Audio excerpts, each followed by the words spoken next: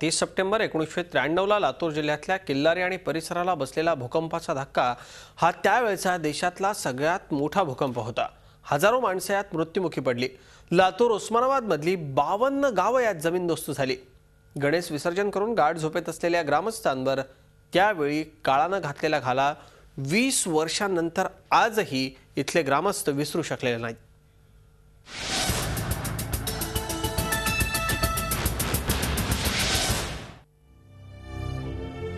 30 September 1993 अनंत चतुर्दशीला गणेश विसर्जन करून किल्लारी आणि परिसरातील गावही साखर झोपेत होती। पहाटे ठीक 3:56 मोठा धरणीकंप अर्थात भूकंप झाला। 6.4 रिश्टर स्केलच्या त्या भूकंपानं लातूर आणि उस्मानाबाद जिल्ह्यातील 7,000 अधिक घरं पूर्णतः जमीनदोस्त झाली। 16,000 नागरिक यात जखमी झाले, तर जवळपास 16,000चं पशुधनही या भूकंपात मारलं गेलं। काही सेकंदातच औसा आणि उमरगा तालुक्यात मृत्यूचं तांडव अनुभवायला मिळालं। पाहता पाहता या घटनेला आज 20 वर्ष पूर्ण झाली। मात्र आजही तो दिवस आठवला की अनेकांच्या काळजाचा ठोका चुकतो।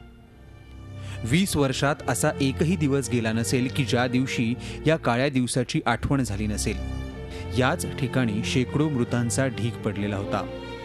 आता या दिसणाऱ्या मैदानावर होता दगड मातीचा ढीग आणि मृतांचा खच।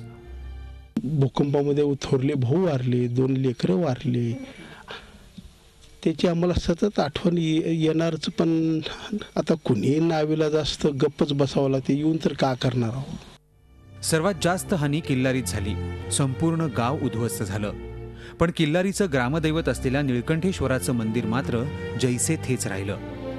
या मंदिरात निळकंठेश्वराची स्वयंभू पिंड आहे। या पिंडीतून गोड पाण्याचा झरा सदैव वाहत असतो। मात्र ज्यावेळी या पिंडीतून येणारं पाणी कमी होतं त्यावेळी गावावर मोठं संकट आतापर्यंत आलंय।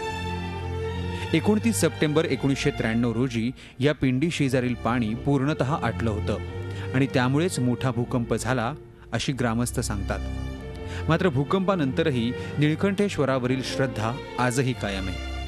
आमचं निळकंठेश्वर मंदिर किल्लारीचं ग्रामदैवत आहे।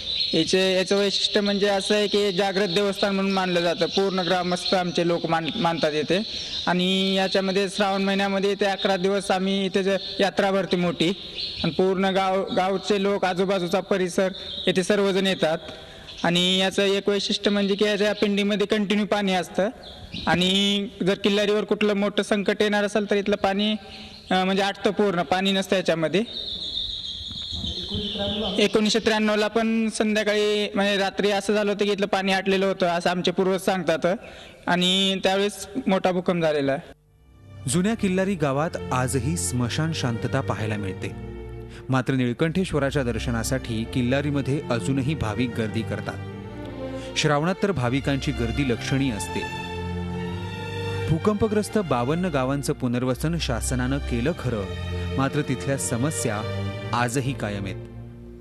अनेक घरांना तडे गेलेत। मूलभूत सुविधांपासून भूकंपग्रस्त आजही वंचित आहेत। त्यांच्या जखमेवर खपली कधी धरणार ते काळालाच माहीत। Shashikant Patil, Zee media, Killari. Zee 24 तास, एक पाऊल पुढे।